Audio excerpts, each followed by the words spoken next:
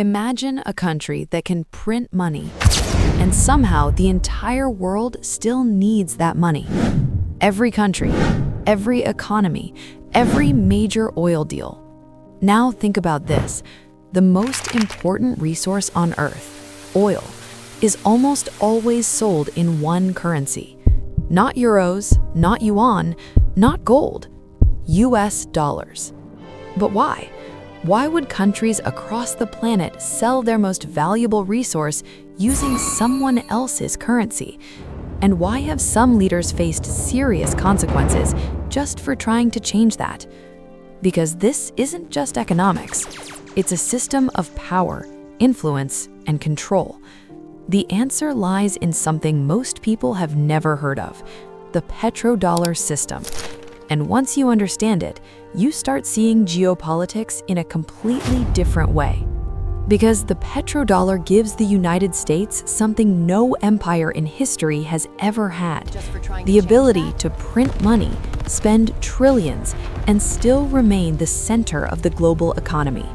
Even when debt levels explode, even when deficits grow, something that would collapse almost any other country. So how is this even possible? Because this system wasn't accidental, it was engineered, and it started when the old system collapsed. Before the petrodollar, the world relied on something called the Bretton Woods system. The rules were simple. The US dollar was backed by gold, and other countries tied their currencies to the dollar, which meant one thing. The entire global economy depended on trust in gold. But by the late 1960s, that trust started to break.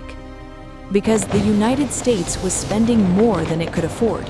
War, social programs, global influence, and it was paying for all of it by printing more dollars. But those dollars were supposed to be backed by gold, and countries began asking a dangerous question. What if the gold isn't enough? So they tested it. Countries like France started demanding gold in exchange for dollars, and suddenly, America's gold reserves began disappearing fast. This was a global panic moment, because if the gold ran out, the entire financial system would collapse. So, in 1971, President Nixon made a decision that changed everything. He ended the gold standard, just like that. The dollar was no longer backed by gold. And overnight, the world entered a new era, a quiet, curious era, a system where money had no physical backing, just trust. And here's the problem.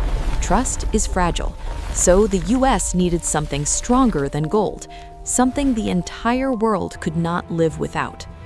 That something was oil. By the 1970s, oil wasn't just important, it was everything. Economies depended on it. Wars were fought over it. Industries collapsed without it. Control oil, and you influence the world. And one region controlled it more than anyone else, the Middle East, especially Saudi Arabia. So the United States made a strategic move, a deal with Saudi Arabia, a deal that would quietly reshape global power.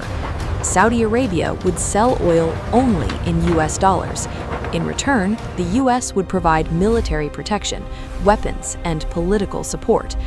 But here's what most people miss. This wasn't just a trade agreement, it was a system design. Because Saudi Arabia led OPEC, and soon other oil-producing nations followed, which meant something incredible had just happened. If you wanted oil, you needed US dollars. And if every country needs oil, then every country needs dollars. The dollar didn't need gold anymore. It now had something more powerful, global demand.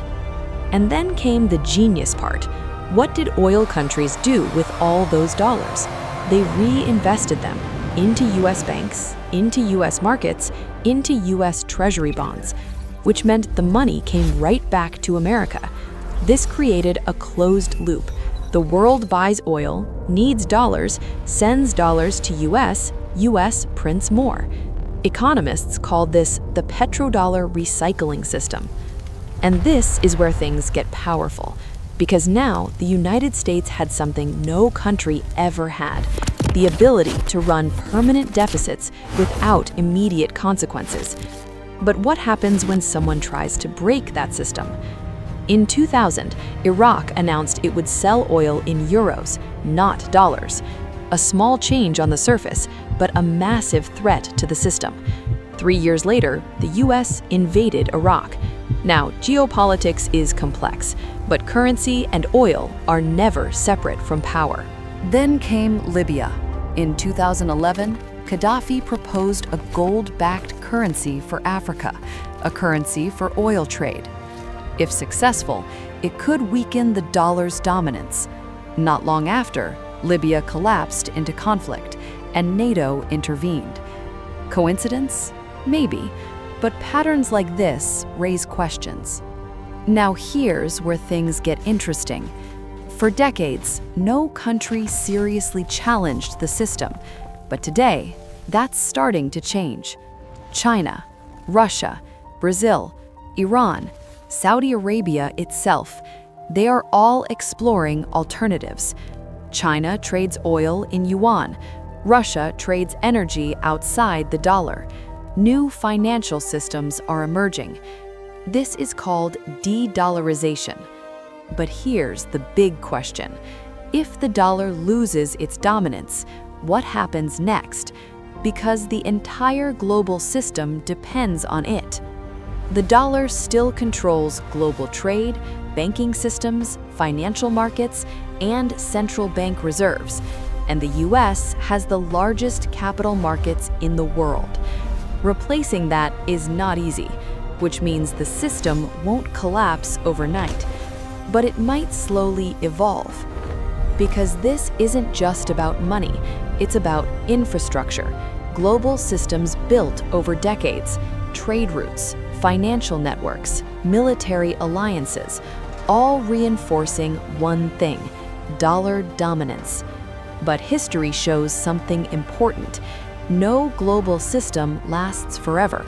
Every dominant currency eventually faces competition. The question isn't if change will happen, it's how fast. And if the petrodollar system weakens, it could reshape global power, economic stability, and even future conflicts in ways most people aren't ready for. So the next time you see headlines about oil prices, Middle East tensions, sanctions, or global conflicts, remember this: these events aren't just about energy, they're about who controls the system. Because in geopolitics, power doesn't just come from armies. Sometimes it comes from the currency the world depends on. And for the last 50 years, that currency has been the US dollar.